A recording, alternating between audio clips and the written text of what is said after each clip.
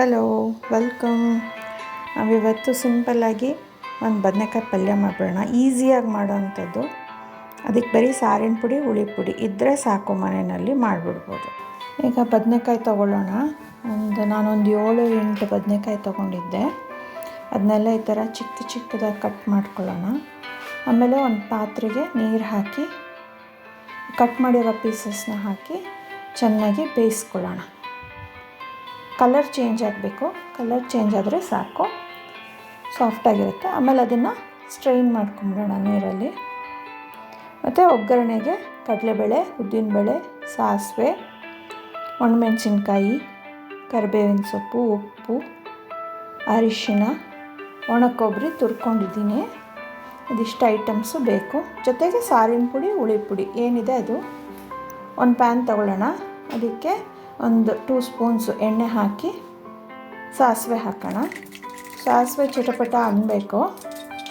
ಚಿಟಪಟ ಅಂದಮೇಲೆ ಅದಕ್ಕೆ ಕಡಲೆಬೇಳೆ, ಉದ್ದಿನಬೇಳೆ ಮತ್ತು ಕರಿಬೇವಿನ ಸೊಪ್ಪು ಹಾಕಿ ಒಂಚೂರು ಫ್ರೈ ಮಾಡ್ಕೊಂಬಿಡೋಣ. ಸೊ ಇದು ಫ್ರೈ ಆದಮೇಲೆ ಒಣಮೆಣಸಿನ್ಕಾಯಿ. ಮುಂಚೆನೇ ಒಣಮೆಣಸಿನ್ಕಾಯಿ ಹಾಕಿದ್ರೆ ಕಡಲೆಬೇಳೆ, ಉದ್ದಿನಬೇಳೆ ತುಂಬ ಬೇಗ ಒಂಥರ ಕಲರ್ ಸೀದ್ದಂಗೆ ಆಗಿಬಿಡುತ್ತೆ. ಅದಕ್ಕೆ ಕಡಲೆಬೇಳೆ, ಉದ್ದಿನಬೇಳೆ ಸ್ವಲ್ಪ ಆದಮೇಲೆ ಒಣಮೆಣಸಿನ್ಕಾಯಿ ಹಾಕ್ಕೋತೀನಿ.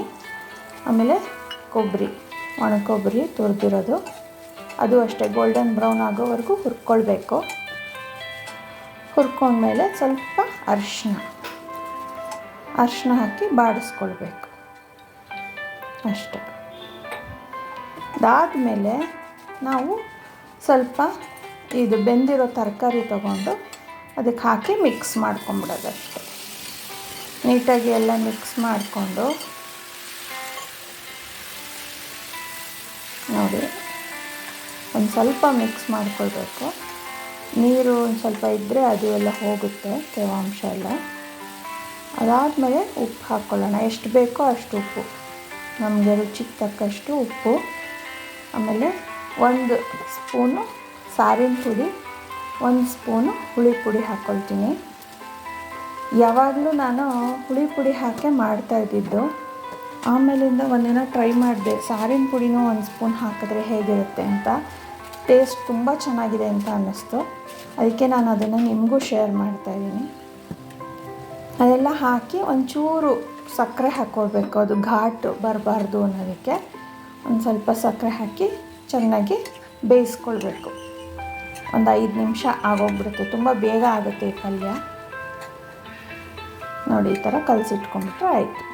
ಒಂದು 5 ನಿಮಿಷ ಬೇಯಿಸಿ ತೆಗೆದಿಟ್ರೆ ಪಲ್ಯ ರೆಡಿ ಆಗುತ್ತೆ. ಯಾರೆಲ್ಲ ನನ್ನ ಚಾನಲ್ ಇನ್ನೂ ಸಬ್ಸ್ಕ್ರೈಬ್ ಮಾಡಿಲ್ಲ ಅಂದರೆ ಬೇಗ ಸಬ್ಸ್ಕ್ರೈಬ್ ಮಾಡ್ಕೊಳ್ಳಿ.